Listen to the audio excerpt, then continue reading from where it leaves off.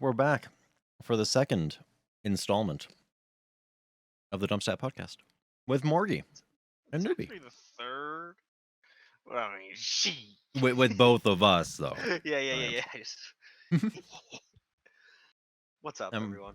Hi. We're coming back. I wanted to focus on raids today. Raids and what's coming into the near future for GDO. Something we're both looking forward to. Have done a lot in the past. We'll get to that a little later, though. First up, raids. There's raids in general. We'll focus on a lot on the new Dryad raid that was just released in this past week, which has been a lot of fun. This past week and almost 2 weeks now. But Has it been a lot of fun? Yeah, I've enjoyed it. I've run it a lot. Yeah, you have a metric fuck ton. Other raids I've run a lot. One of my favorites was Reaver, the Storm Reaver. Reaver's Fate way back in the day when Giant Hold was endgame. Ooh. That raid was really fucking fun when Giant Hold was endgame. I really enjoyed it when it was the endgame. Now I'm pretty meh about it. But when it was endgame, like you saw my one character I logged in, how many fucking Reaver items I had. This man logged onto his legacy characters on Galando where he was playing when that was endgame, and literally every single slot had a Reaver item in it. Oh yeah, my legacy character had, it was like Storm Reaver's napkin, fucking whatever the neck was, the head of good fortune, gauntlets of it, gauntlets of eternity. Yeah, Dream Spitter. He had it all on this Treason. wizard. I'm pretty sure I had it all. I'm pretty sure I had every item from Reaver on that character. He had it all. And the getting 2 Reavers Giant Hold as an expansion, it was just a pack. As a pack, fantastic. Having to do Crucible. Ooh, Crucible is a flagging quest. That feels like the flagging quests now are Prisoner of the Plains, Madstone, which were the same back then. Those felt like really impactful quests compared to the side quests. Crucible felt impactful. Now it's Cabal for 1, and Cabal for 1 you run in 2 minutes. And that's sort of it. Yeah, fucking back when a pack brought in as much as like a current expansion. Oof. Yeah, it was a little rough. Different time back then. Yeah. I remember ransacking out Crucible on my healer, like doing swim on him, and when swim was like super stressful. Crucible was pinnacle. Yep. Fucking back when Crucible was endgame, that was pinnacle DDO. This was my favorite time. Well, maybe not my favorite time. I also liked whenever 16 was the cap and Shad was pinnacle. Yeah, that shit was really fun. I remember making my first LGS was so fucking satisfying. Min LGS, 2, min 3 item, green and steel. Yeah, green steel. Just I had I had 2. The first one I made was a level 12 lightning strike great sword, and the second one was a fucking lightning strike repeater crossbow. Oh, this man went full proc chance lightning strike. Oh, dude, I was so satisfied as a kid when I saw the big damage. I was like, oh my god! Put it on a repeater. Damn! Oh, goodness. And where you could or grazing hit, because strike through wasn't a thing back then. Grazing hit call down lightning on just a group of mobs.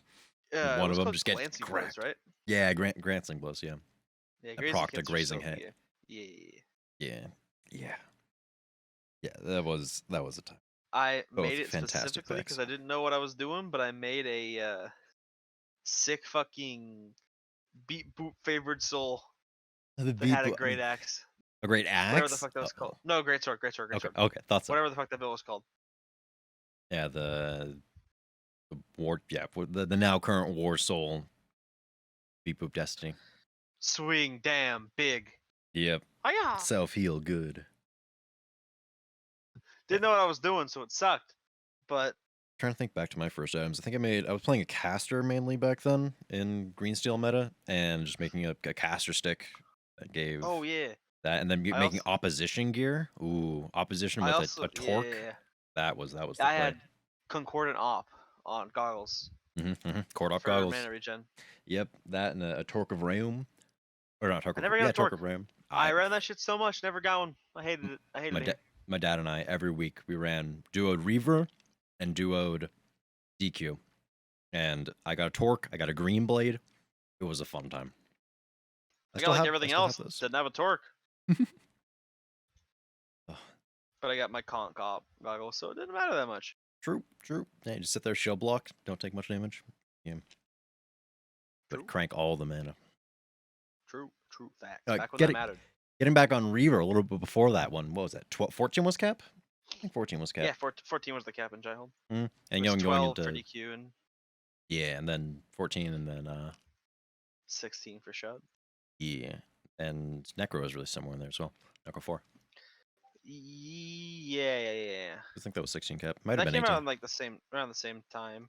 Mhm. Necro, yeah, I can't remember. It was all Because some good stuff. I didn't run Necro hardly hard at all. I didn't run Ascension Chamber for ever. Reaver though, Yeah, Tor as a never pre-raid with dragons. That was always fun doing a Tor run, just a quick little flagging. That's where you had to go down the 2 halls and stand on the rune for 3 minutes. Holy You had to split. shit. Oh, that was a time. Actual and factual. Mm-hmm. And then, can this group do dragons? Go over and do ice dragon. That was a little easier because lots of fire. And, failing. yeah, then failing blue dragon. Everyone's standing on the coins. And then go to black dragon, where it's just deeps and everyone has to hold the black dragon in a spot. And the blue one was the one that everyone wanted because that was good scales. The blue scales for all your casters. If you saw someone in PvP with blue scale, you know that they were not messing around. Upgrade from that. They were real. The puny elfcraft stuff. Not about that. Yeah, they were no fucking pussies. Mm-hmm. He had dragon scale armor. And the actual raid itself with some really cool items. It was like the first time they kept a good theme of the crystalline weapons on the shield, which was really big, and then the Dream Sphere was really unique, as was Treason and the Tenderizer. Cosmetic. Yeah, Tenderizer is too. It's the super big unique stick. models. Yeah. And then the items themselves, they were all right. I mean, looking back at them, they were best in slot. A lot of them were at the time.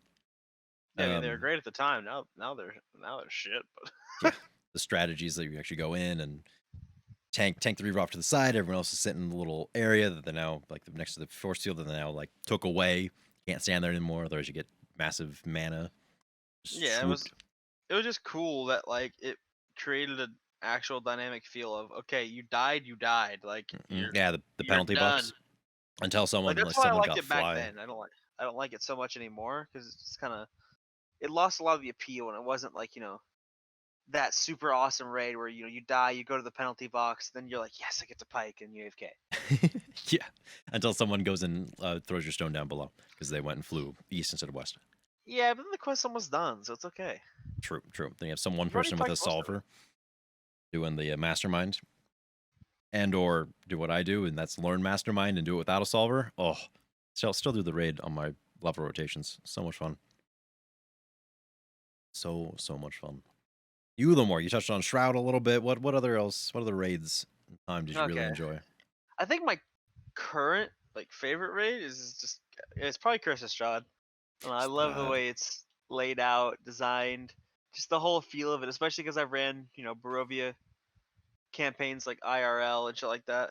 Did you enjoy the atmosphere, the Transylvanian sort of environment, and multi-room raids? Yeah. Good stuff. Yeah, yeah. It just felt so cool. It felt have different elements. You had mechanics with the cards and the grip and shit like that. It felt like shit actually mattered. There's a lot more impact than just go in and wipe the floor and leave. Yeah, exactly. I like cool mechanics in raids. Don't be afraid to add mechanics. I don't know.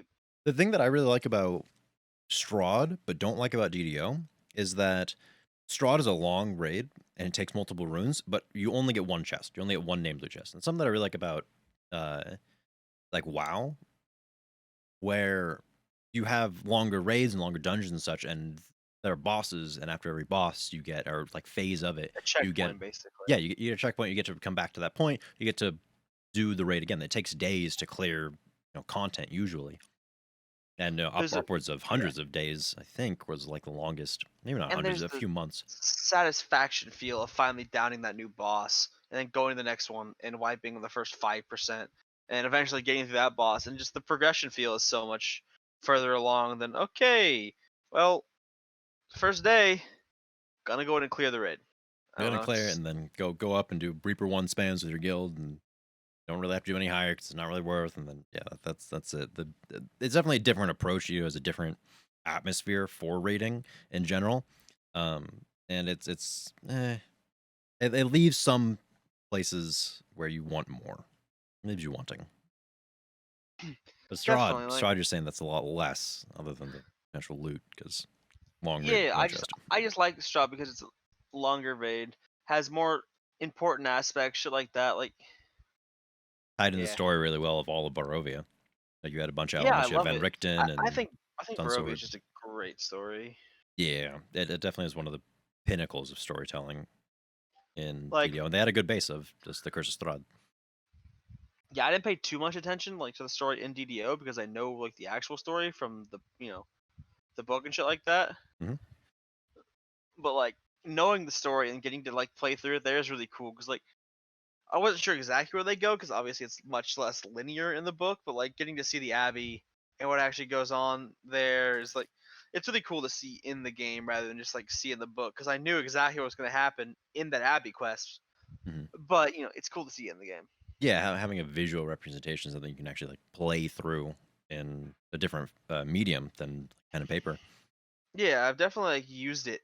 Like when I ran, Chris Estrada, my buddies, I had like prepped lines and shit like that from DDO that like stuck with me or whatever. Like in Into the Mist when the guy said, do you serve Strahd and shit like that. It just like a branch snaps behind you, shit like that. It's cool to be able to incorporate stuff like Yeah, that. build some atmosphere, pay some homage to the DDO side of things, as well as advancing your own campaign, which is great. I think that's something that Yeah, it's like, interesting. DDO doesn't have a ton of RP aspects where you have like straight RP, and pen and paper is like heavily pushing into the RP, and so it's nice when you can sort of marry the two together. hmm Definitely, 100% agree with that.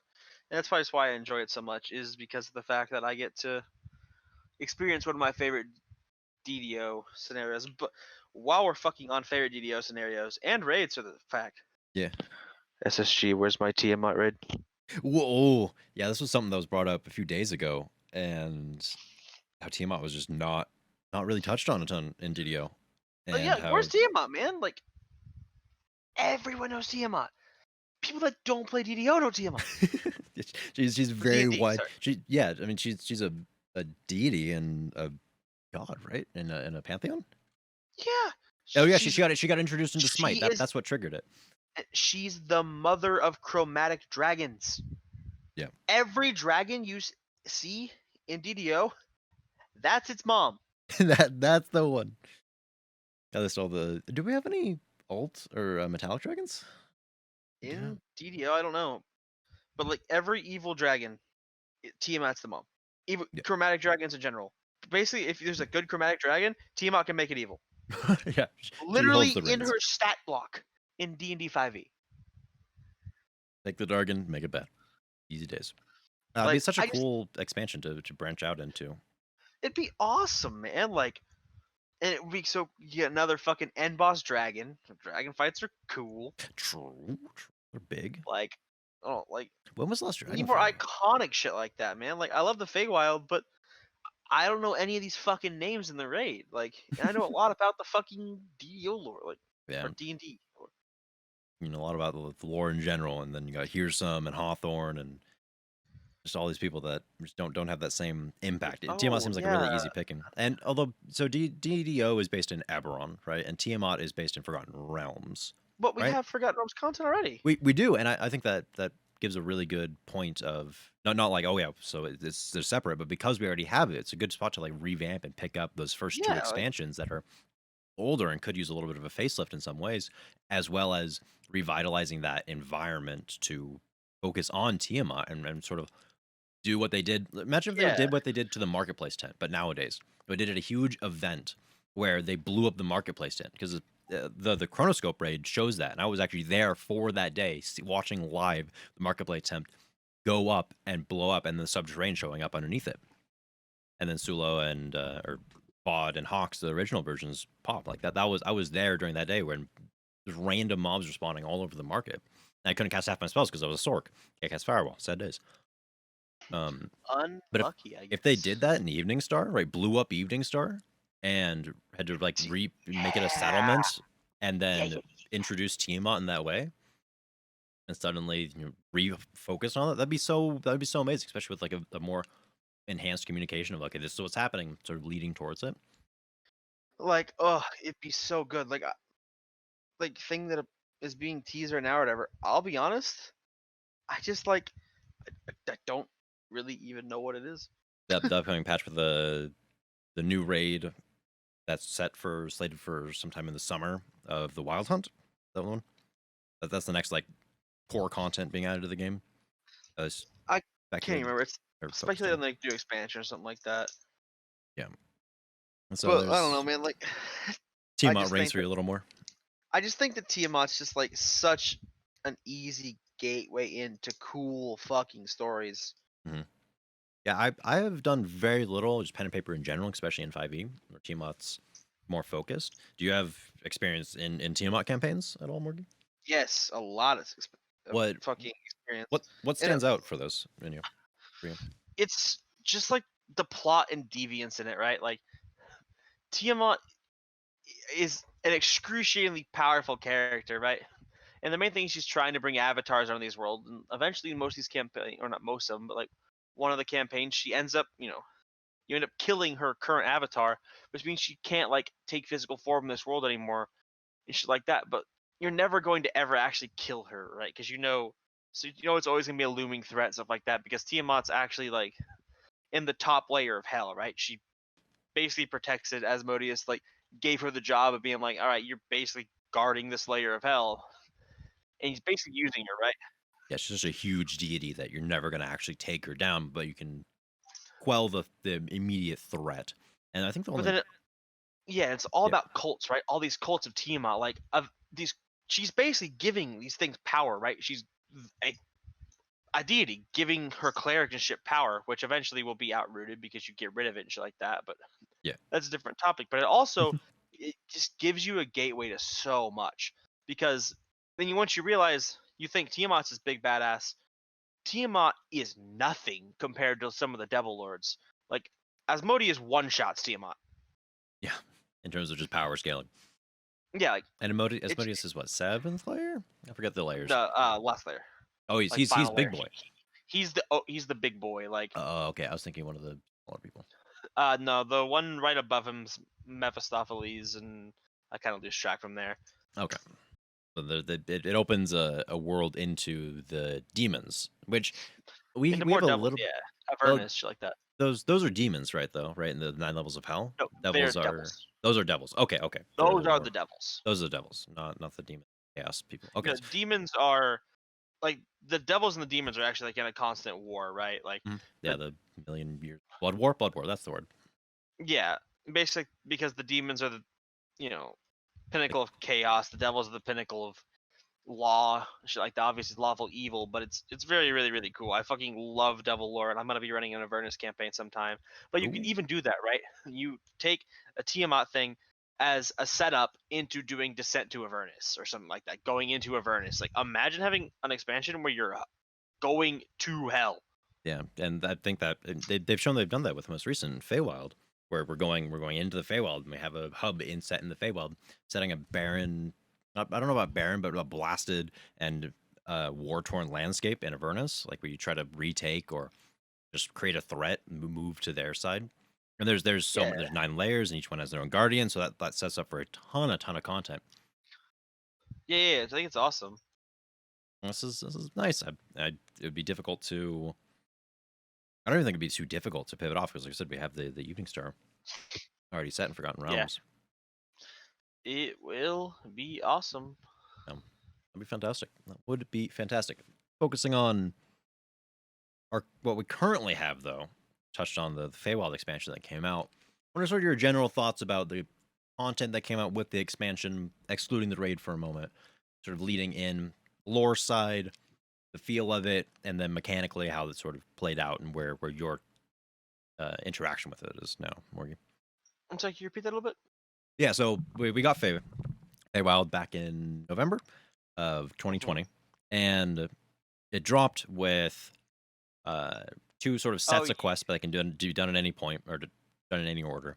There's no teleporting out to the quest; you have to run to them. Got the explorer, the hub, the quests, and then the raid that Yeah. dropped a few weeks ago. Mhm. So what do you take on the feel of it and then mechanically? Mm. Okay. Feywild is pretty. It's a very gorgeous art. Very, very pretty. Very well designed there. But The art team I think props. I think a lot of the quests fell short. I think the expansion as a whole fell short. And I don't know, like even when I just like run my first time R10s, I just skip Feywild because I just don't enjoy it. Is that a mechanical thing or just the quests themselves? You're not super big. Is it It's probably scaling? more of a it's probably more of a mechanical thing, but I don't know. The quests themselves also there's only like a few of them that really stood out to me as like cool quests. Yeah. And that's just a personal view from me. Like there's some cool things. Like I think the fact that like the Endless Rebels quest is really it's a cool concept, and I think it was actually a kind of a cool quest, but it just like playing it out just doesn't feel cool. Right. It sort of feels like they gave a lot of player agency to the players, right? You can do so many things. There's big wide open scapes like Needle and a Face Stack and Witch Hunt, and even Endless Rebels, where you can go to all these different areas. But once you get down what you need to do, so much content is cut out, and that's where you don't have these like set Mhm. packs, set fights where you're trying to go through and have to methodically approach to these to the quest itself. And okay, do we need this? Do we need that? There doesn't seem to be as much like reward or incentive to go for more reward other than just complete the quest, get it done, get it Yeah, over and with. then it's kind of got like a thing of like the first time you ran them, some of these things were really cool. Then after it's like, oh, okay, this is really fucking annoying. Like Needle in a Face Stack. The first time like the mobs pop out and they start running through, it's like, oh, this is cool, haha. And after it's like, oh my god, I don't have hold, I hate it here. Yeah, you suddenly have to chase this thing through red alert and proc red alert, and then you lose it, and Or like it's the first time difficult. you had to play hide and tag with the fucking dragon or whatever. It's like, wow, this is really cool. And then every time after, it's like, all right, I'm gonna jump up here and AFK. Yeah, It start. just it all falls short after the first time. Yeah, the first time it approach to it is really good. Like you're saying, after that, there isn't much replayability in a lot of the content, Yeah. whether it's thematically, like with what you have to do in the quests to complete them, or it's mechanically what the reward that you get from the quests. Talk about gear for a moment. Overall, Fey gear, while it's there, and there's a lot of builds that like mid range builds, especially that got a boost from it that don't have the best in slot raid gear, don't have all these different augments. Yeah, it helped mid range out a lot. It helped hardcore out a lot. Yeah, and even helped high end gear as well. That you suddenly have these like really powerful, just like general power creep. These items that are you have insightful con, quality con, freedom movement on a pair of boots. That's fantastic. So just put that in whenever Yeah, you need amazing. insightful. Yeah, and then you have like quality strength, double strike on a cloak, and suddenly you have these big main stats on these specific items, and then a lot of everything else really falls. And so the majority of the content in there, when looked into a building, sort of trying to solve a build, and where you try to push for damage, push for defenses, things like that, Faye generally gets a showing, but there's a lot of other content that is already there. And for an entire expansion, it sort of is rough, but it's sort of to be expected. DDO's taken the go wide approach to gearing into content where we've been parked at level 30 for a long time. Gear is parked around Sharn gear level, and so it's level 34-ish. Uh, and you just go wide. You get more and more things. You sometimes use gear from older little packs, older expansions, little things here and there, and that together it comes together and makes a big thing. But when you put out new content, only very specific pieces are actually brought into that entire equation. A lot of the other stuff is just cast aside because it's not usable in the wider scheme. Yeah, I definitely agree.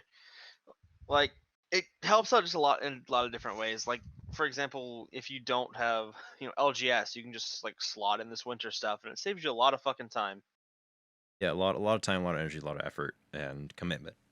First, trying out builds for just being like, okay, I sort of want to try this build out, but I don't want to commit the 7 pieces of raid gear that is recommended or to really polarize and get it completely solved and you have your best in slot gear set.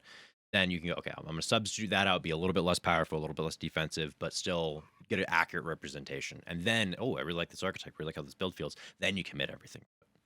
Yeah, exactly. It helps you decide if you like a build before you have to full commit to it and waste a lot of your time and energy. And then if you happen to realize you don't like it, you're like, oh wow, this blows. It also helps with the alt meta that is sort of occurring more of, Yeah, where you want to do raids, you want to get your threads, to get your raid fills, to get your gearing, to get your runes, to get your main up, stuff like that. You need more.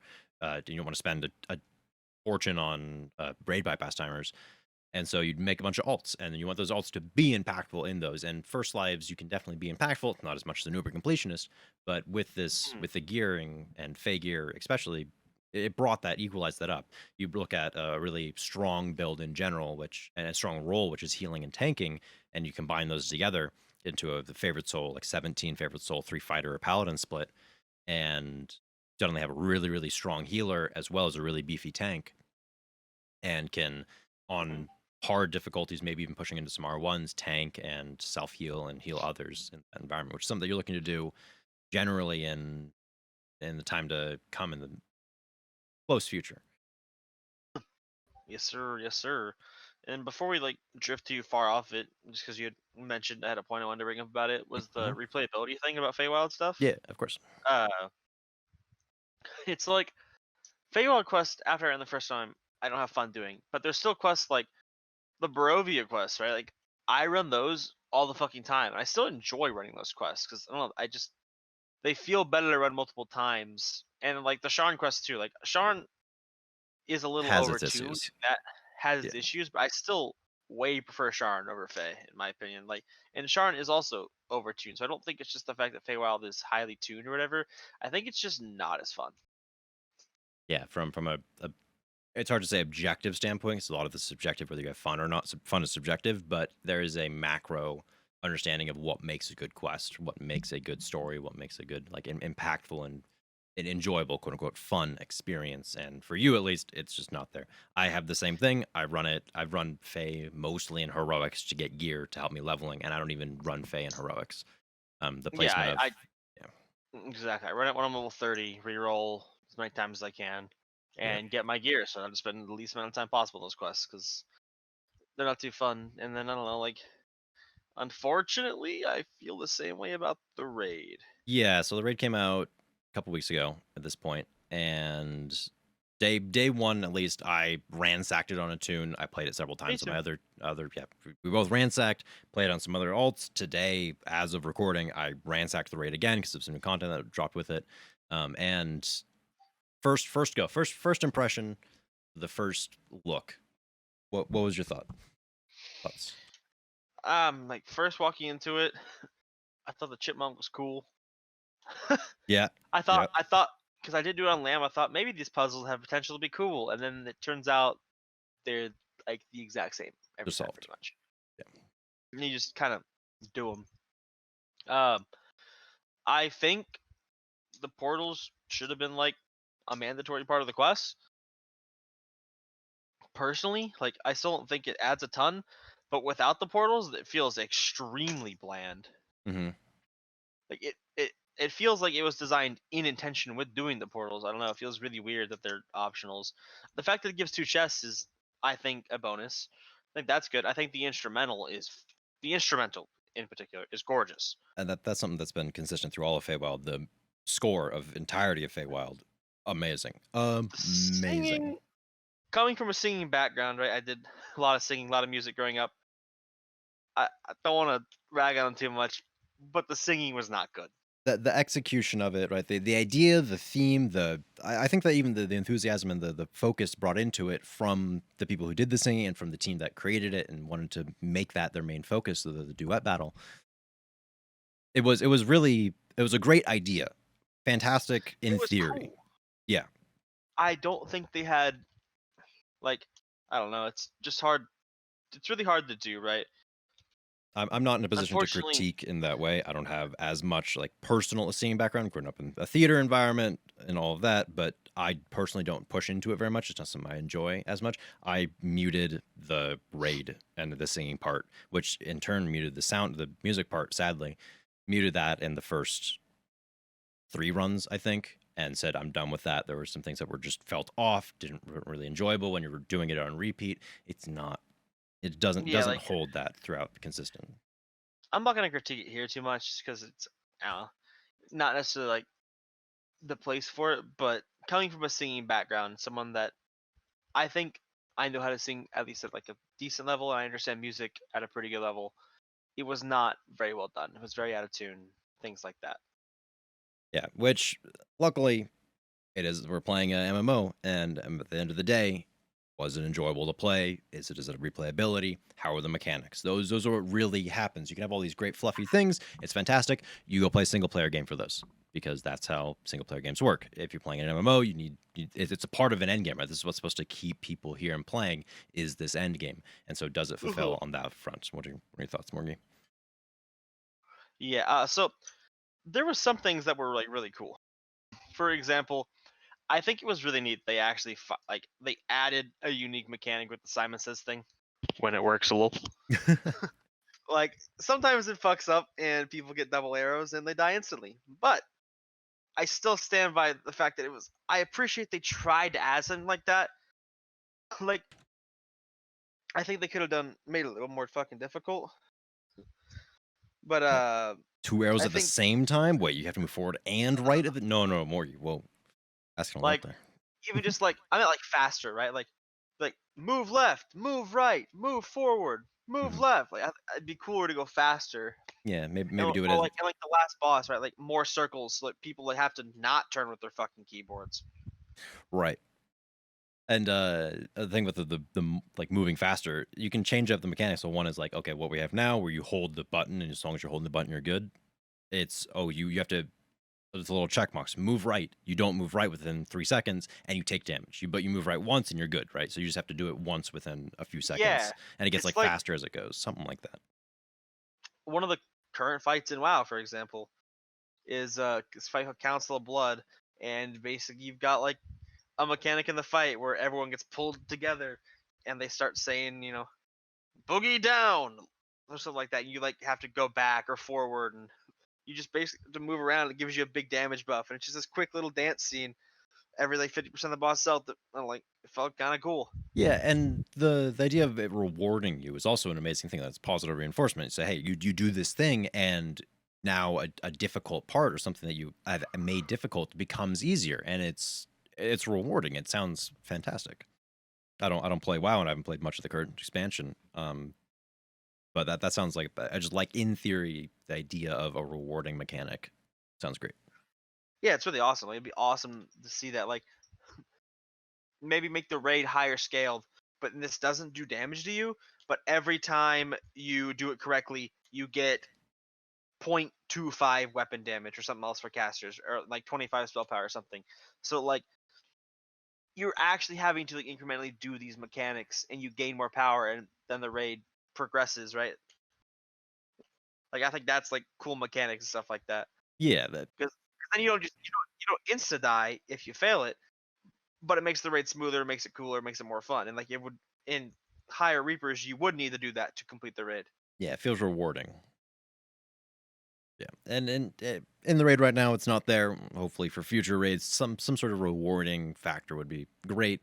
It did leave an open-ended part of the story. They didn't touch on the mysterious stranger. He was sort of made out to be the shadowy big bad and the quest leading up to it, with Hearsome as the main spotlight. And they brought Hearsome, but they didn't do a whole lot with the stranger itself. They like the stranger brought the unicorns in, and the unicorns betrayed the stranger, pretty much invalidating all of the stranger's presence. That's all that he really did. Yeah, it was weird.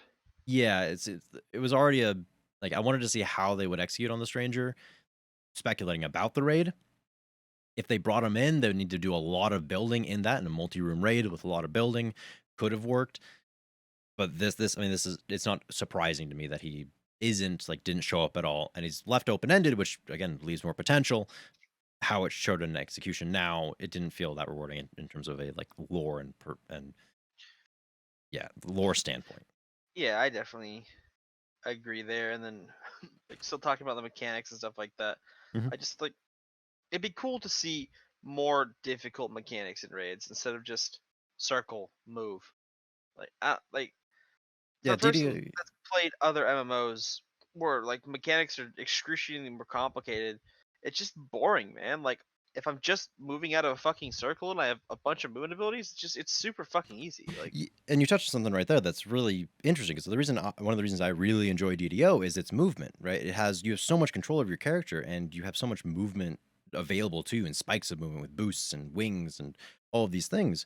And they don't like. There are very few spots where they say, "Hey, put these to use." Right, you need these to get to certain locations. You need these to do these, or that makes them amazingly like so much better. Right, movement isn't really a strong priority. And where it is with the current mechanics, move out of a circle. Okay, you can do that with anyone. You can tumble twice and be out of a circle if it costs right in the center of you. It just I can doesn't. keyboard turn around and press W and fucking get out of a circle. Like, Yeah, it just doesn't. It's not executed on very well. There's not a lot of follow up with the amazing movement system that DDO has. And one of the reasons I play it is other games don't have as good of a movement system, but have a way better like challenge system. They make you work for what you're doing and with what the game has done. And DDO could do so much more.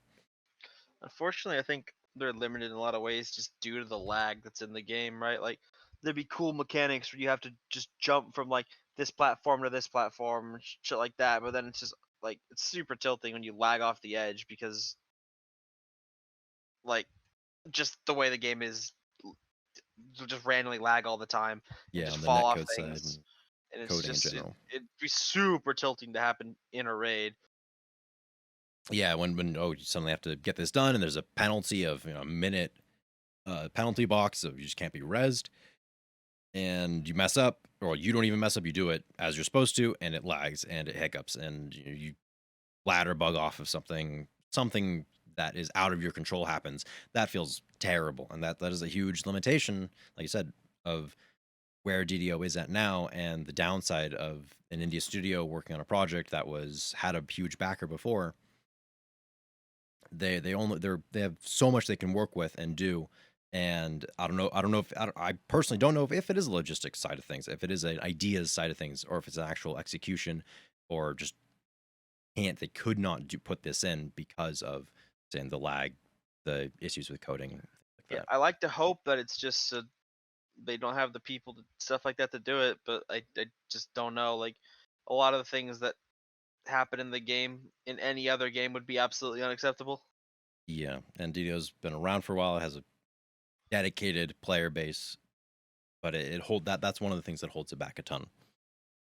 And along Definitely. with the things that hold it back, and focusing on the raid, there's a lot in this raid that did not follow through. It didn't show up. Yeah, I agree. Right away, you step into the raid and you see just a big ravine, and that's it. Right, there's not a lot of shrubs anywhere. There's not a lot of actual like foliage. It's just Yeah, it's kind of you just like, have oh, here you go. it's very barren, and you have some rocks here or there. The landscape itself is pretty cool. It reminds me of an explorer area, just like a big explorer, or like crunched in explorer. But then there isn't a whole lot of anything else going on. There's no like overpasses. It's just not anything It didn't happening. it it didn't live up to the beauty the rest of the Feywild had. Yeah, which is really surprising because the Fae, huge trees, this mirroring of if civilization wasn't a thing, and then you just have a big rock, right? It's a And big little cup, and that's it. and it just makes me wonder, like, why did we wait like however many months for this, you know?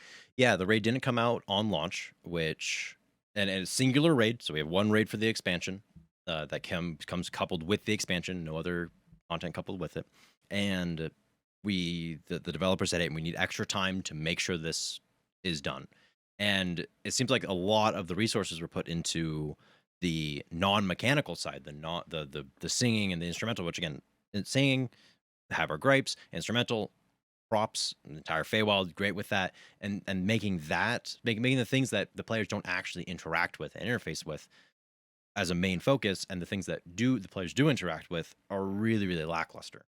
Exactly. That's actually something I was just about to bring up was like I'd much rather them have not focused on the music and stuff that much. As much as I like the music and think it's really pretty, I would have just rather them have more cool stuff that we actually do. Like make the stuff that matters in the raid cooler first. That like we actually get to interact with, we actually get to deal with as players. I get you want to have fun and develop this cool side of the music and stuff like that, but that doesn't help me as a player. Yeah, Make the and raid more fun.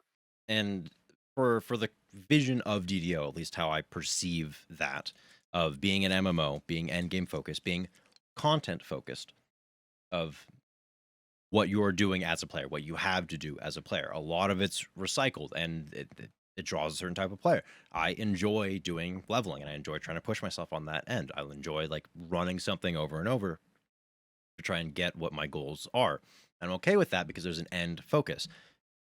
You really have to focus on that end goal, and the experience getting there can be terrible in some ways. And as content has moved on, that repeated, like doing this over and over, there's a lot of things that pop up and go, okay, this isn't enjoyable doing over and over. And when your entire game is built around that repeatability, if it's not repeatable, there's a big issue. And hearing or having these big pauses in quests, having this content that you don't actually interface with, you're pretty much just playing a cookie clicker. I'm gonna do this thing, I'm gonna wait. And that's that. It it leaves a lot to be desired. Yeah, I agree, 100%. Like, I hate to be so negative about it and stuff like that. It's just, unfortunately, it's just going in a direction that I don't completely support, and I really hope it changes in the future, or like I just, I wouldn't continue playing the game. Yeah, and that's a hard truth of just how games go and how time players interface with things. If there's a style of game that people don't enjoy, like say like escort quests and defend quests, which again this new raid has, you have to protect the main person from mobs that randomly drop aggro and do huge amounts of damage and strip one of the immunities that they have, which I mean, that adds a little bit of depth to recast the immunity, but it doesn't feel like the players have the power in that and are choosing how things go. It's like, okay, this is happening and you have to go super reactive. And sometimes you just get boned because the unicorn jumps away from your tank trying to tank them and aggro's on Hawthorne and hits them, and that's corruption. Cool. Yeah, Yeah, pretty much. fun times. It's like, oh yeah, my intim bugged and like didn't actually get to him because the game's laggy. Yes, it's tilting. Yeah, and like we talked about a moment before of just like what is actually mechanics that players do or that are not fun, in quote unquote fun, and aren't repeatable, right? Don't have good repeatability, and that's sort of linear questing, linear objectives. In the raid, Yeah, yeah. you go from a guardian to another guardian. You go from the four corners, and then with a puzzle that is solved. It was solved on Lamania. They added one new quote unquote solution. It's either the puzzle that was solved or one static choice, and so you can just do that, and it's done. Super Yeah, man. And it's like, upsetting. even if you are doing the optional portals, it's still linear. It's still uh middle, portal, guardian, portal, guardian, portal, guardian, portal. Like, I'm done. it's such a simple linear thing that never fucking changes. And you mentioned before, a little bit before we started the recording, that it feels like the portals are not supposed to be optional. Yeah, like I it makes the raid so dull if you don't do the portals, in my opinion. It's like it feels so like it feels like it should have been part of the main quest. Like, I don't know, it feels so weird that it's optional, because then if you're not doing the portals, it's guardian, guardian, guardian, guardian, fight the last boss. Woo! We win. Yeah, and the Like, portals oh, add this cool. good. The portals add and reinforce an element of not only just another thing to interact with, a mechanic, but it continues to build on Hearsome being this satyr, sort of just lucky go free guy and focused on the things that he's focused on. He summons fire beetles in the first portal and sends them towards other portals to go get spawned into middle of villages and to wreak havoc in villages, right? That's a very like chaotic, neutral sort of thing to do, just in his environment. It reinforces his character, which is really good. And the second one's a big fucking chipmunk, right? You just fight Yeah, this the chipmunk. coolest part of the fucking raid. Yeah, and the chipmunk is there, and on higher difficulties he slaps, and he's difficult, and it's just pretty much a simple tank and spank at that point.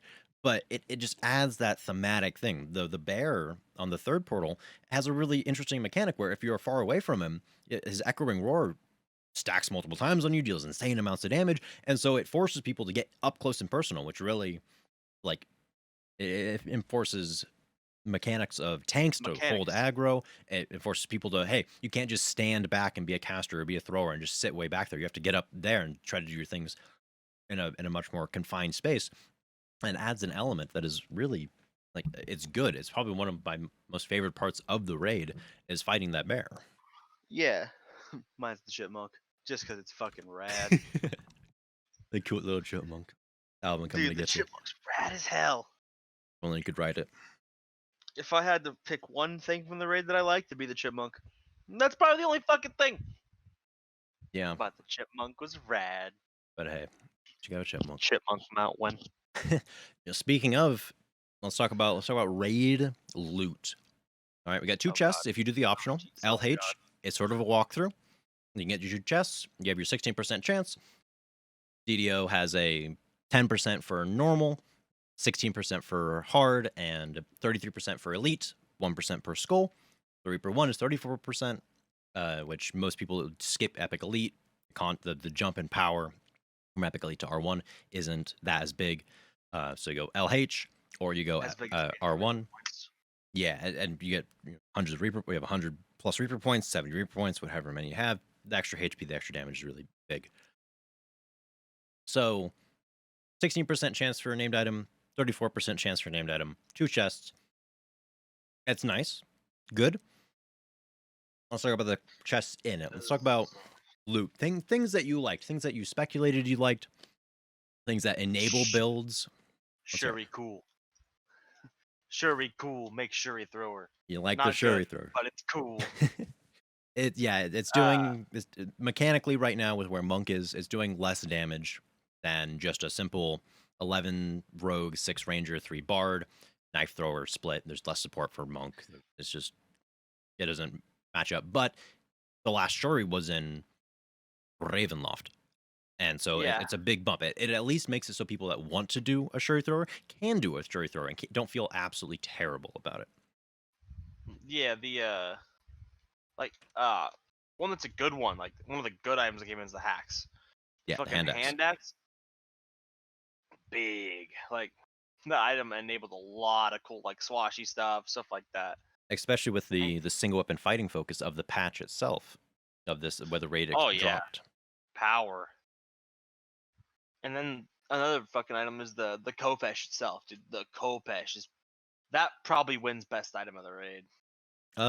Yeah, that the hand axe, those are really up there. They enforce a single weapon fighting, which was nice. It'd be nice to see an overarching like archetype change be more general than okay, the raid is really enforcing this now. Where previously, if this archetype change came in, weapons are there, sort of. You sort of Soul Razor, and that's pretty much it. So it's nice to diversify the pool. I suppose it's good pool diversity.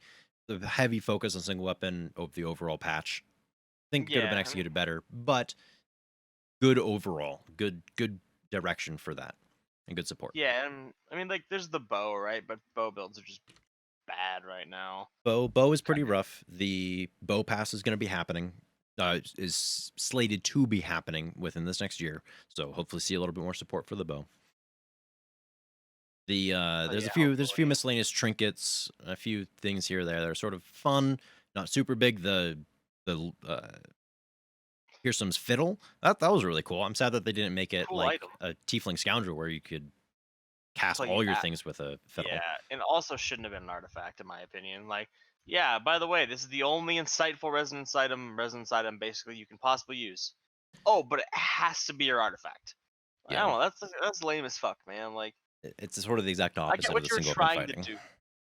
I get what you're trying to do, but it just feels so like limiting. It feels like okay, if I want to play a caster board, I have to use this. It has to be my artifact, and it just fucks your whole gear set, right? Like I was trying to make one because I didn't realize it was the artifact, and I was like, oh, I have to completely remake this because my neck was the Cha already, and I have to try and find a way to fit all these things, and it was pretty lame.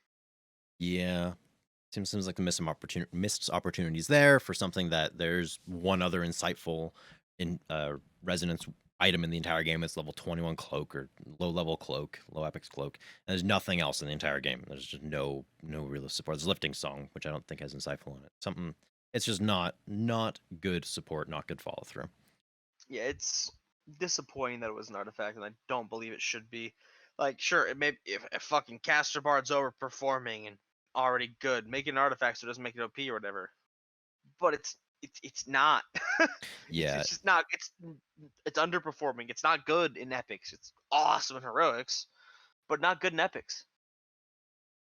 yeah, and when epics are end game and end game is the focus of an MMO, it doesn't seem to be lining up.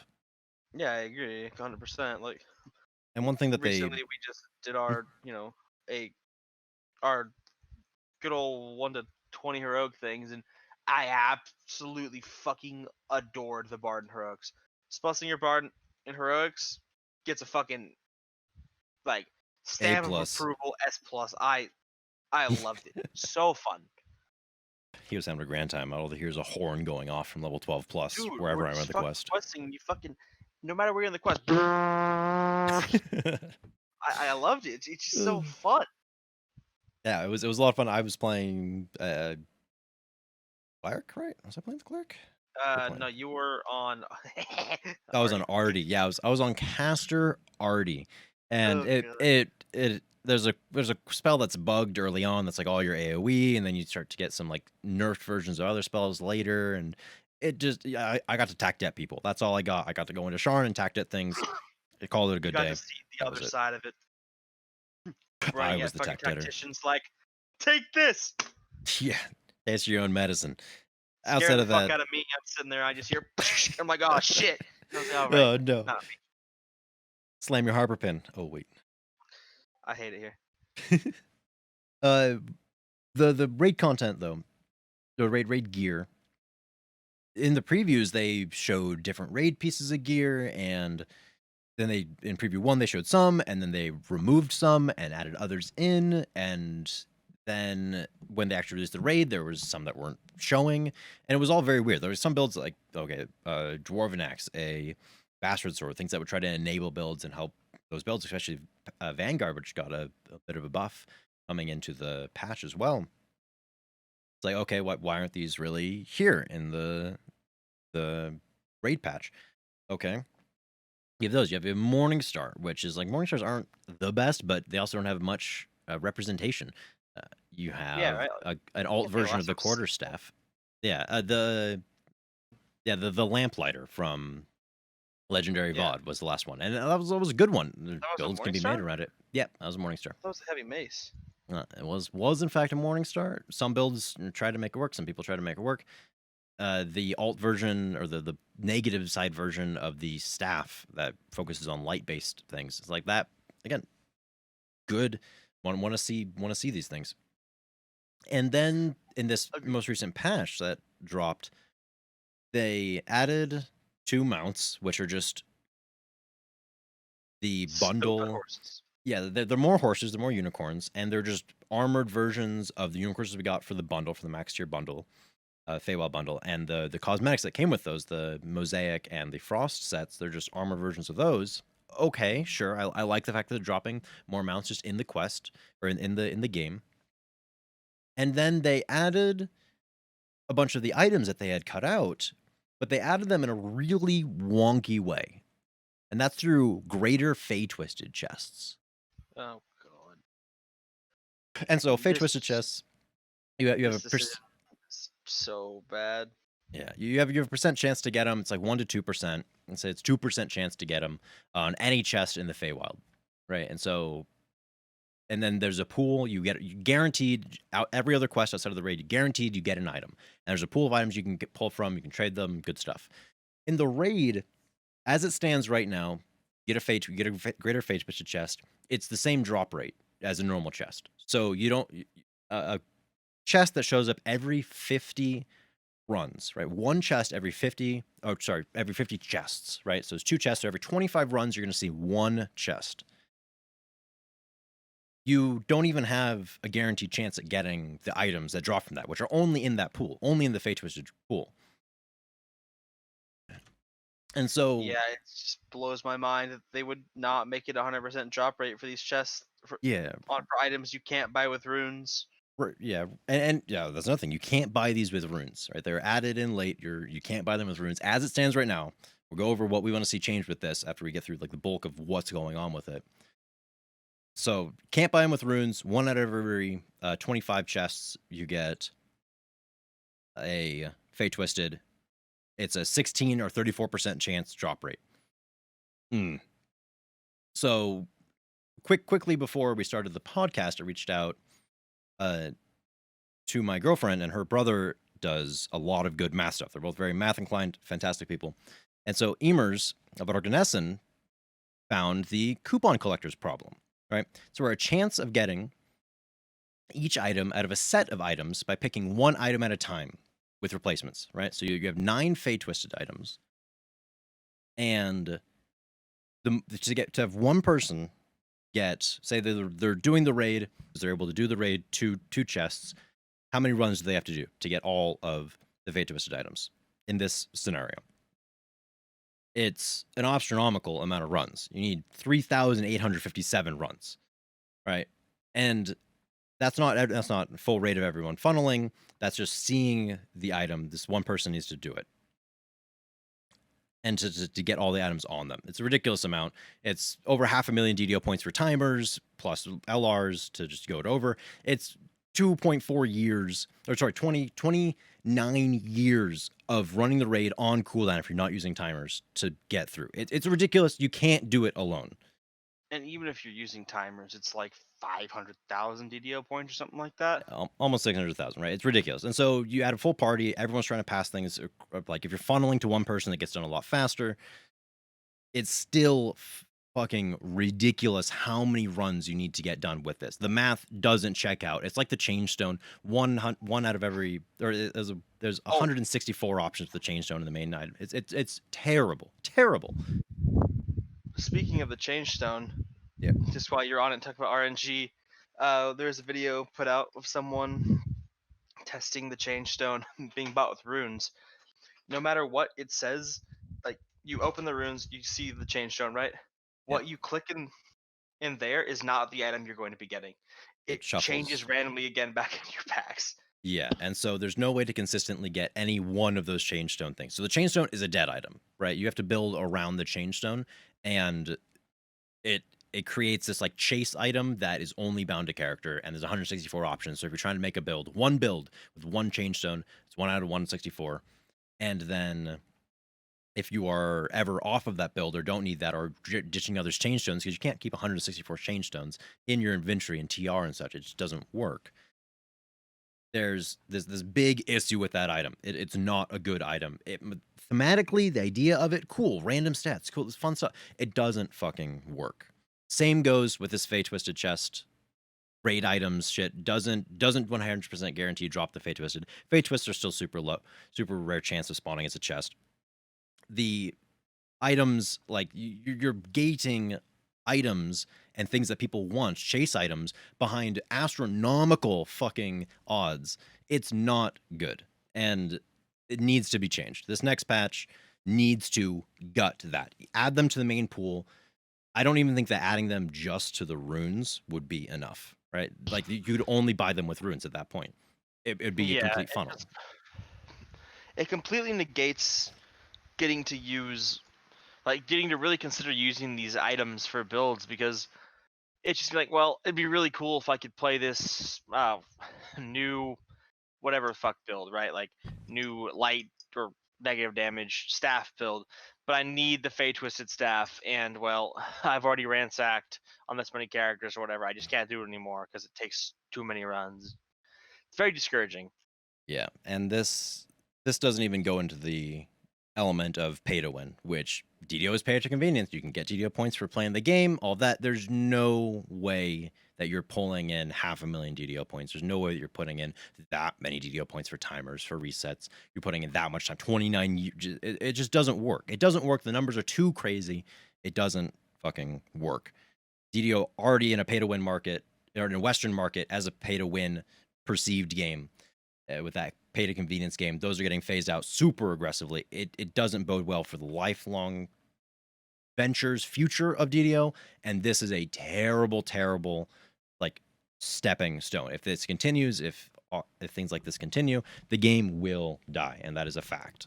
And Yeah. it's a sad fact, and I don't want it to have happened. I've been playing this game since beta. I've been playing this game for fucking Dude, 15 years, on and off, and in the past like 2 years, very, very hard, putting in thousands of hours, and I want to see it do well, and I want to see it really live up and continue to grow in the day and age. In this day and age, this is not the way. Is just not the way. yeah, I agree. And I mean, like, and this is a pretty hot take. It almost feels like they know it's a dying breed at this point, and they're just trying to milk as much as they can out of it before they let it die. Like, It it's probably not true, but it's just a hot take, and it's how it feels right now. It's how bad the game feels.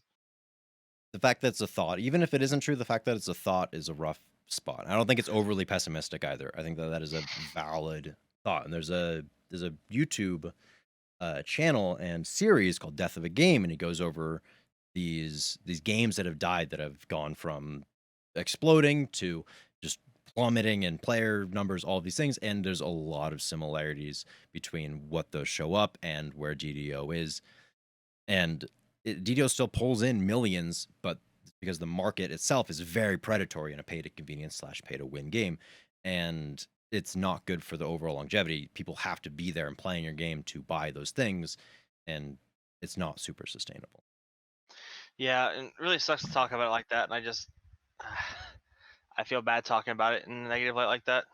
And yeah, it's what really sucks is that you don't want to be there. I don't want to be in this position. Morgan doesn't want to be there, of being like, okay, this is not good. This is so egregious that it feels terrible to see, feels terrible to play, feels terrible to bring up as a possibility, because we both really love the game and have been playing it for our lives and enjoy putting content, or putting time and energy and content out. The entire fucking podcast right now is just us talking about DDO. We want to see this game succeed, and we have ideas and thoughts of what that would look like to do so. Yeah. And it's like, it's not even as terrible for us, right? Like, we have other games that we could play as a main game if it happened to come down to it. There's some people, this is the only game they really play at this point, and I feel like even worse for them, right?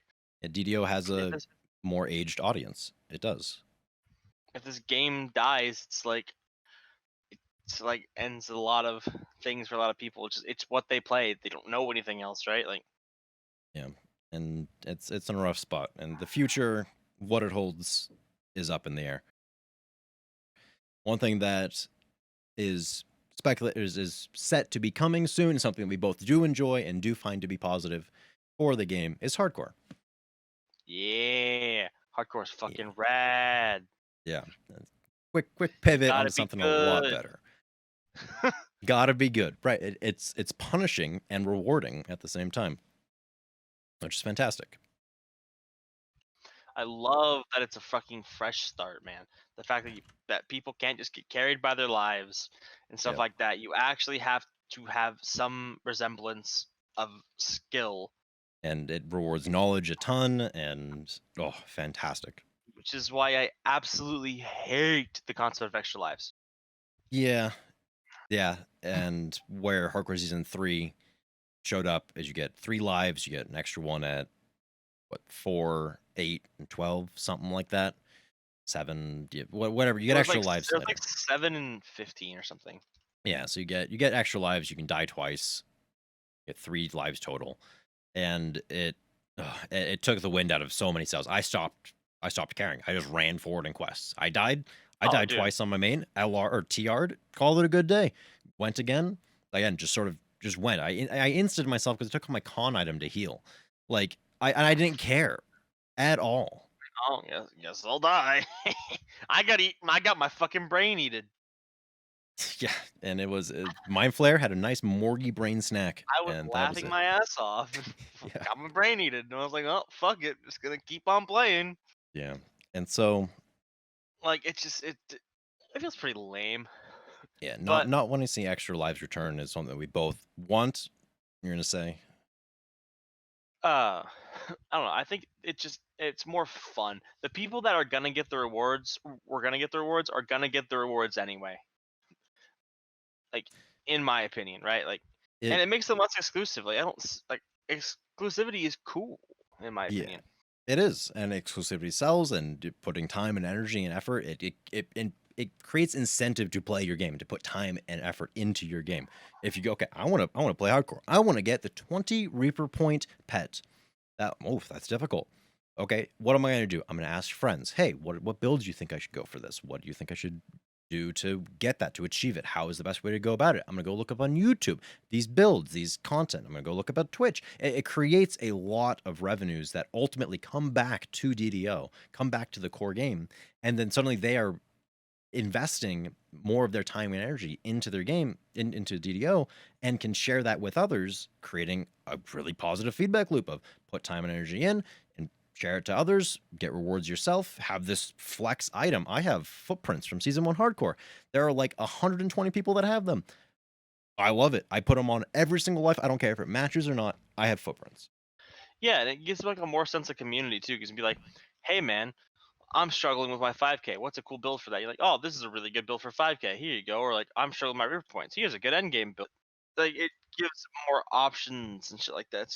I love hardcore. Even in like that's in like macro theory, and before you even play, while you are playing, whatever you do commit to, all of a sudden you have people that are not like trolling each other, that are trying to, okay, we're all going to try to play together, playing really to help each other. If someone gets themselves in a sticky situation, you run from one side of the map to the other one to try and save them. Right? Memorable moment you're doing in the Demon's Den in the Inspired Quarter. I picked one side to go through. Someone picked the other side. They got themselves in a sticky situation. I popped 2 sprint boosts and used all my wings on a favorite soul and got to the other side and was able to keep him alive, saving his life. And it is still noted to this day. Like, that was super impactful and stuff like That's that. awesome. Yeah, it was great. It's super cool. It really enhances the community focus, I think.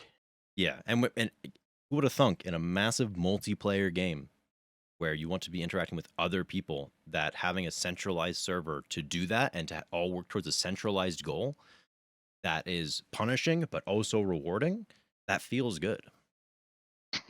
Crazy. Yeah, I personally love it. I know a lot of people dislike hardcore, but it's my favorite thing in the game. That's what brought me back to the game, and what kept me into the game when I came back all that time ago. Is I think hardcore is just the best part of this game Yep. at this point. I I'm very up there. It's one of my favorite parts. Whenever our season comes out for 3 months, I am playing it hard and doing it, getting all the rewards, sharing all my experience and knowledge. I'm one of the most raw hours put into hardcore, pushing close to 2,000 hours of just hardcore time. Love it. Love it. Like, it just, like, as an example of that, we can go over like a couple of the builds that we're considering for next hardcore, or what we played in previous hardcores and stuff like that.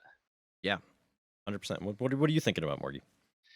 I am going to be playing a 17-3 favorite soul build and running forward and smashing my intimate button. He's I'm gonna gonna be a be fucking tonk and a gonna healer. a big wall of flesh for everything to bash on, and just not he's not gonna go My anywhere. goal is basically to enable you to let us just run, like, absolutely fucking run through quests. Because in R4 quests, which generally what you do in hardcore, absolutely nothing is killing that favorite soul build. Like, Not a whole lot, unless you don't have a death ward item or death block item to get roll a 1 on Finger of Death. But shit, I'm just gonna fucking spec that shit in US. true, fair. Like, Uh, she, Nothing to chance. like, oh, it's just, I feel like it'd be so rewarding to play, right? Like, But in hardcore, you go up to cap around level 20 or 19 to get your 5k favorite, and you go up to level 20 or level 30 to get your gear, and then start doing Reapers. If Reaper is one of your goals, you do Reaper 4. Reaper 5, you start getting Vengeance Reapers, and just scales and pretty hard. Vengeance Reapers can cause can be bad. Yeah, If you what get a one bad dies out of bad rotation, vengeance and kill, and it's death. Like, someone is likely to die if you get a bad vengeance reaper spawn, and a vengeance circle can just kill you too. Like, if yeah. lag circles, invisible circles, hey, you're dead. Unlucky, dude. Yep. And so you skip that, say, hey, we're just going to run dailies, run our first times on our 4, call it a good day, and go from there. And so, But with the build that you're looking at with a 17/3, 17 favorite soul, 3 paladin, you're Yeah, looking to Paladin for the first lifer. have a chunk of HP, have a ton of really solid saves, be healing main focused, and intim spec. But something you had brought up that's a good point to mention about hardcore and stuff is stopping at 19 for a while, right? So being able to pick a build that can stop at 19 and is still powerful at 19 is pretty important if you want to stay one character, right? Like favorite soul is, I mean, I have Sunbolt, I have BB, I have all that stuff at level 19 to make my 5k life even better, right? Mm-hmm. Mm-hmm. It There's not just, much that you have to slow down with. yeah, it's very, very nice to have, making things much, much easier. And this is where knowledge comes into the game a ton because you spec early on and with all your spells, really aggressive offensive spells, especially with the most recent divine or patch for divine casters, and then for your 75 giant hole reward, you get 2 Bloods of the Dragon to respec all your spells out, so you can go back to full healing later. And now you have a good build to enable you to get all your healing stuff, and then a seamless transition away.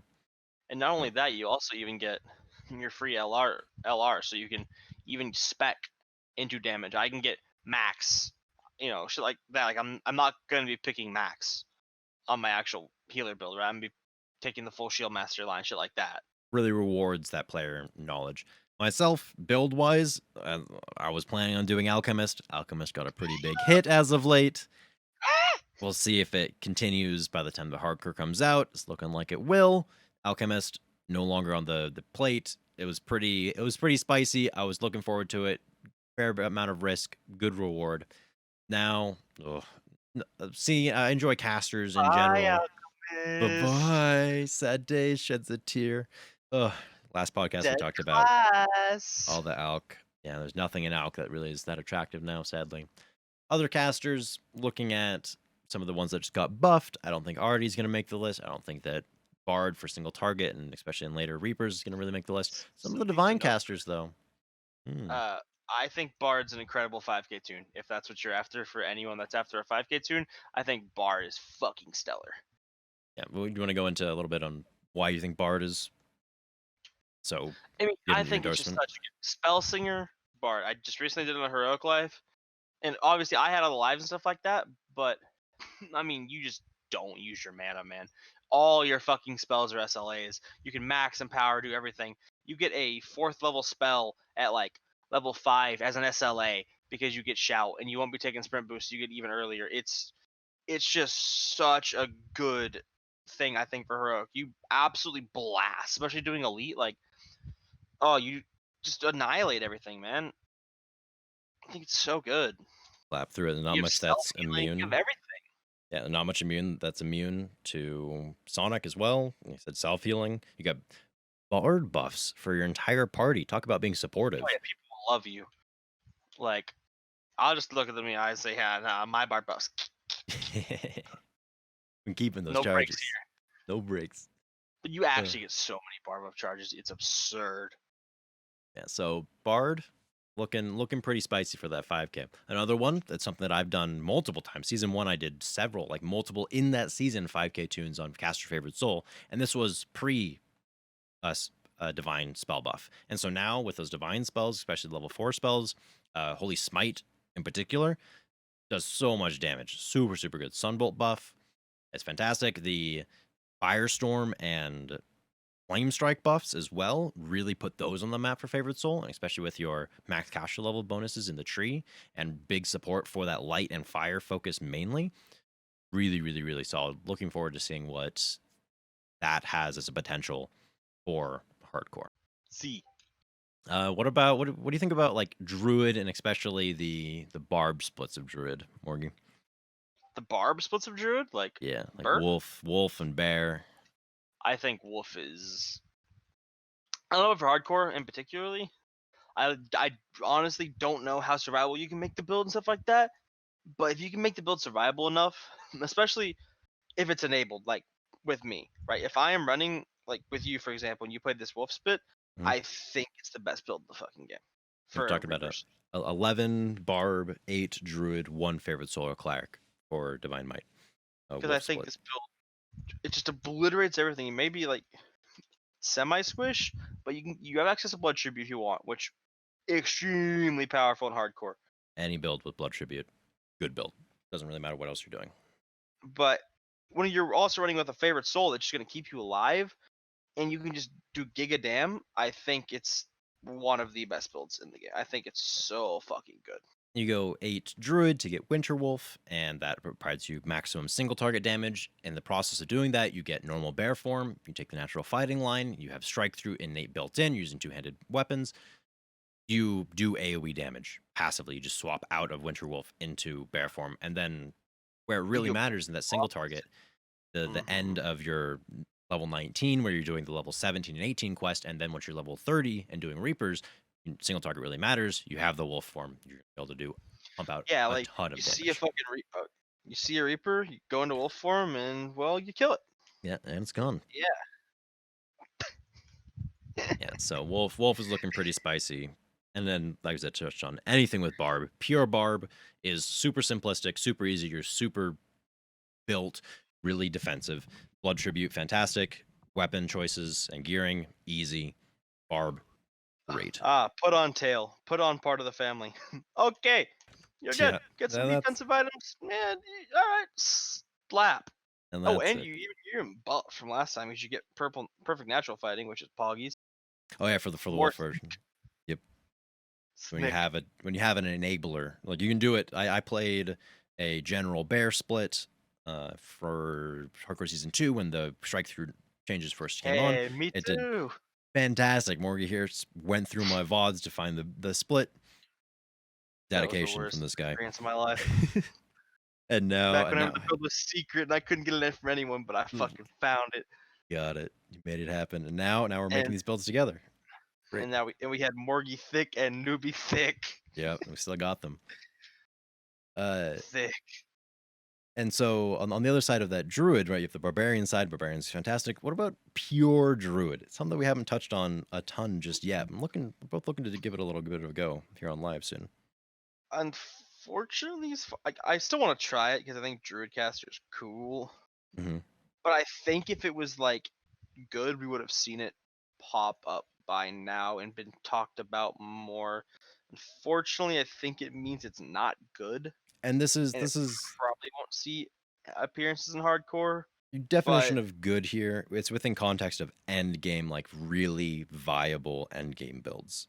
I think it's more of like an average build that you can do things with, and it has some good utility, but it's not that like super hard carry. Yeah, whenever I say good, I mean best builds. Like whenever I'm a very min-max type player, in end game, I only play meta builds. I don't play flavor builds. I just don't do it. It's not fun to me. I don't like being powerful. So when I say good, I mean good.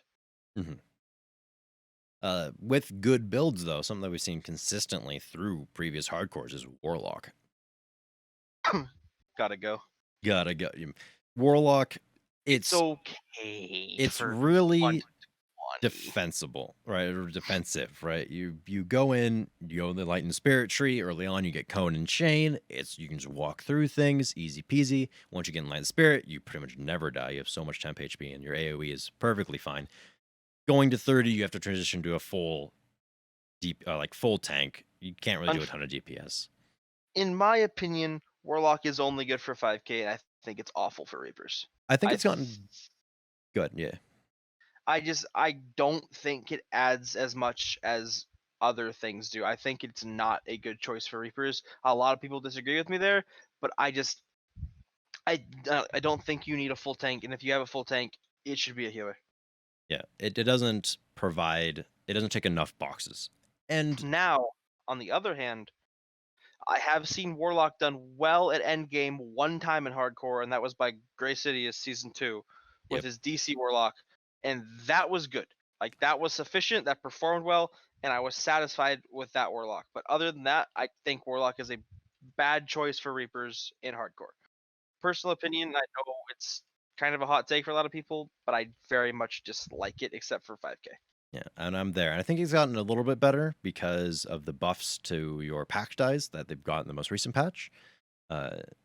Giving you like 7 more pack dice, something like that. It's better. It's still I would rather take something else other than a Warlock to bring. It's a very selfish build where you can keep yourself alive, you're giving a little bit of temp HP elsewhere, but you're not bringing a lot of impact and for your team.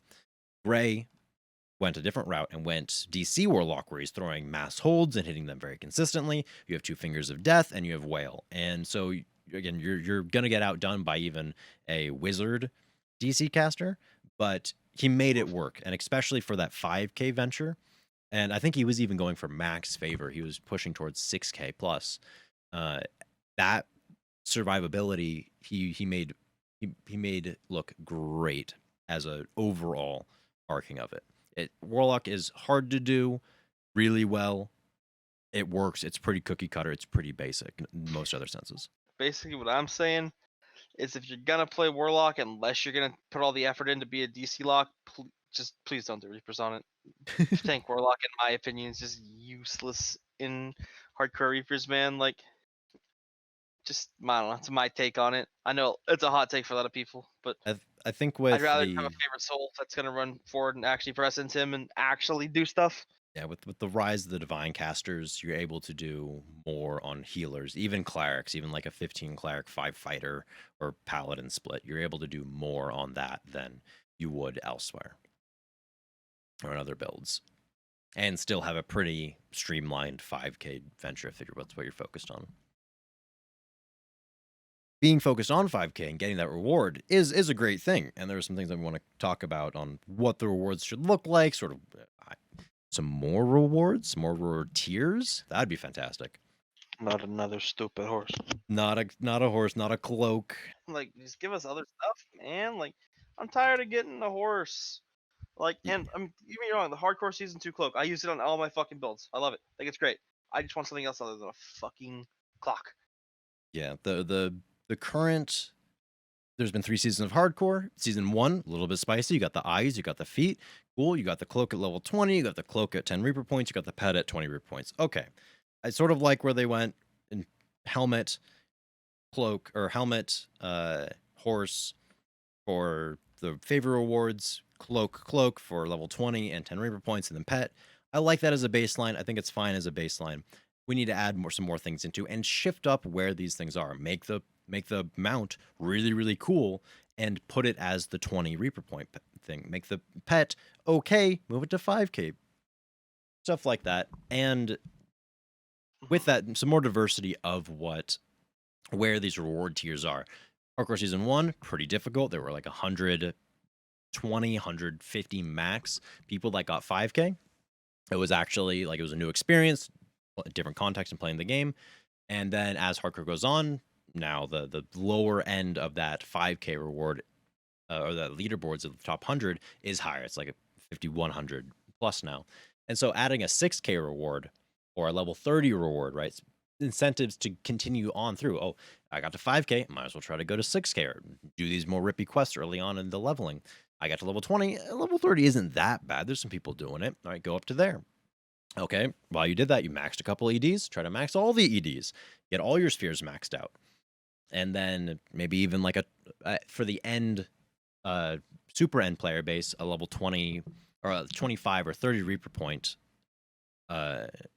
reward for the players that really want to put time into the season and invest that focus there. They should be rewarded. I agree with that 100%. Like, I think exclusivity is good. I don't think everyone deserves to get all the rewards. Like, I don't think like you can have a participation trophy, but like if you want to have, I think there should be really fucking cool items that are really hard to get. What really cool items do you think should be there, and where do you think they should be on this expanded list? Oh man, just if you don't want to add other colors of wings somewhere, SSD, just give me like on a 30 Reaper point thing, give me some black wings. Ooh, that'd be spicy. Give me some black wings at 30 Reaper points or something, like, because then like it lets it to where you know, the more casual player base that doesn't do a lot of Reapers can potentially get it. You don't have to spend as much time doing Reapers on live and stuff like that. You can get wings, but you gotta spend the time and do it in hardcore. and I just think it's really fucking. I don't know. Black Wings for a hardcore award would be awesome because then it keeps the exclusivity of actual wings to those colors and stuff like that. And I'd love it. I think it'd be awesome because they also be exclusive and stuff like that, so you can make so many cool cosmetics out of it. And I already have a set that would go perfect for it. Cosmetics are end game, exclusivity sells. These are good things for the overarching game, and it sets a really good like of a push, right? Challenge and competition breeds further improvement, right? If you have someone next to you that's pushing you to get better and trying to overtake you, you're going to do more, invest more. I don't spend a dime on hardcore. You can buy XP pots, you can buy tomes, you can buy all these things. I don't do a dime. Season 1, I got everything but the Reaper Pet, died to lag, was sad days. Season 2 and 3, I got everything. Didn't spend a single thing. I used knowledge and understanding to get to those rewards. So getting to 25, getting to 30 Reaper points is doable, but you really have to buckle down and set yourself up to succeed that way. And there's going to be people that you're trying to beat and go against to try to get there first, to try to, or work with even, to really dedicate yourselves to, okay, we have this common goal. We're going to band together from people from different servers. I have friends on different servers that are like, hey, we should play. We're on different servers. Oh, sucks. Next hardcore. That's when we're looking forward to that again. Exactly. It gives openings for static groups too, right? Like I probably wouldn't try to play a 17-3 healer build if I didn't know I had a static group for it, because I don't know what I'd be able to do like once I started becoming my tank healer build, because I'd have to just look for people to run with, and it could be bad if I get a bad group. I could end up getting myself killed. Or compared to if I have a full group of 5 other people, or even just having newbie with me, knowing that him and I could do whatever quest we want makes it enables me to play this build, which enables him to play a different build, which allows us just hard carry other people. And enable just overall enjoyment for those that are involved and want to reach these goals and be there for that journey and have that common goal in mind. Again, this is some of the reasons why we enjoy hardcore so much. Hmm. Other Definitely, another thing completely that different you've experience. another thing you brought up in terms of rewards that you want to see, you don't want to see a horse, but mounts in general you are okay with. I'm What type okay of with mounts. I'm just done with horses, man. It's the same fucking thing every season. Like, screw horses, screw oh, that model. What do you want to oh. see, Morgie? Okay. So this one's not realistic, but it's fucking cool. Let's hear I it. would love to see a beholder mount, dude. That'd be fucking rad. The other hand, something I think is realistic and goes with this Feywild theme. Give us the Displacer Beast. Or, hear me out. Chipmunk. There you go. Chipmunk, Displacement, the green hounds, all of that would be fantastic. And adapting those models in, not going to be super intensive. They're already there in the game. Make it happen. Yeah, I think it's like I'm fine with mounts. Mounts are cool. Like everyone loves mounts. I'm just tired of the same horse model. Like literally, I think this it felt like the season 3 one was just the horse. You threw a fucking blanket on its head. That's all it looked Yep. like. Yep. Just red and gold blanket. Call it a good day. Good stuff. So yeah, some mounts. Like I said, Beholder. I want to see a Winter Wolf, like full decked out, winter themed, That'd be hardcore with the red nose and the flipped upside down bow as antlers. Right. There's so much that can be done, and just expanding, and something that DDO like does well with their art design and their very unique art design, but really has fallen behind on. One of the first games to do free to play, but their shop has pushed towards the pay to convenience, pay to win side, as opposed to, hey, pay to look cool. Right? You have this great model in game where you already pay for mirrors to mirror stuff in game to look cool that way. Just release standalone look cools, right? And best so, example of a company succeeding with that is Path of Exile. yep, every People spend single hundreds and hundreds of dollars to make their fucking hideout look cooler. Yep, or just their character. And the we mentioned last week. I mentioned last week. Grindier Games, the developers behind Path of Exile, they're a really great studio in multiple ways. One of them is that if you have a gambling addiction, right? Because they do use loot boxes as one of their things. They give you the stats. Say, hey, this is the percentage. You have a low percent chance of getting the thing you want. If you have a gambling addiction and you send them an email, you can disable loot boxes on your account. You can support playing the game while at the same time not falling into that addiction. And just opening things like that up, even if it was loot boxes. Again, pay to win, pay to convenience, Western market, I don't like it personally. I don't think it fits. I don't think it's good for longevity. Loot boxes, same thing. I don't really enjoy them. I don't. And there's a lot of backlash, a lot of legislation, stuff like that around the world that just doesn't Gotcha support system. them. Yeah, exactly. The gotcha system, but just the cycling of, hey, this is what's available right now. It may come back later. It may not. This is what's just always statically available, and allowing and putting a price tag on it. It's cosmetics. Fund your game that way, even if it's a high price tag. It works, and it removes that negative stigma around so many other things. Yeah, I 100% agree with And everything. just to tie it with hardcore, what Morgan was talking about, the exclusivity, having something and having it first. Oh, fantastic! Having it first, having it as the only time. Black Reaper wings. So many people want those. I know so many people that would be like, "Ooh, I want to do that. How am I going to get that? How what group am I going to rock with? You'd What build get am I more going to people rock with?" playing hardcore too. If you added Black Reaper wings, I guarantee you every motherfucker that cares about wings is playing hardcore. And Yeah, they're getting the wings. yeah. Every single motherfucker. Mm. Add something cool, people are gonna play. And if you want people to spend money, people are gonna spend fucking money on it. Like Yep. I don't know. Add exclusive rewards, you're gonna cool rewards like that, you're gonna get people playing it. Like End of story.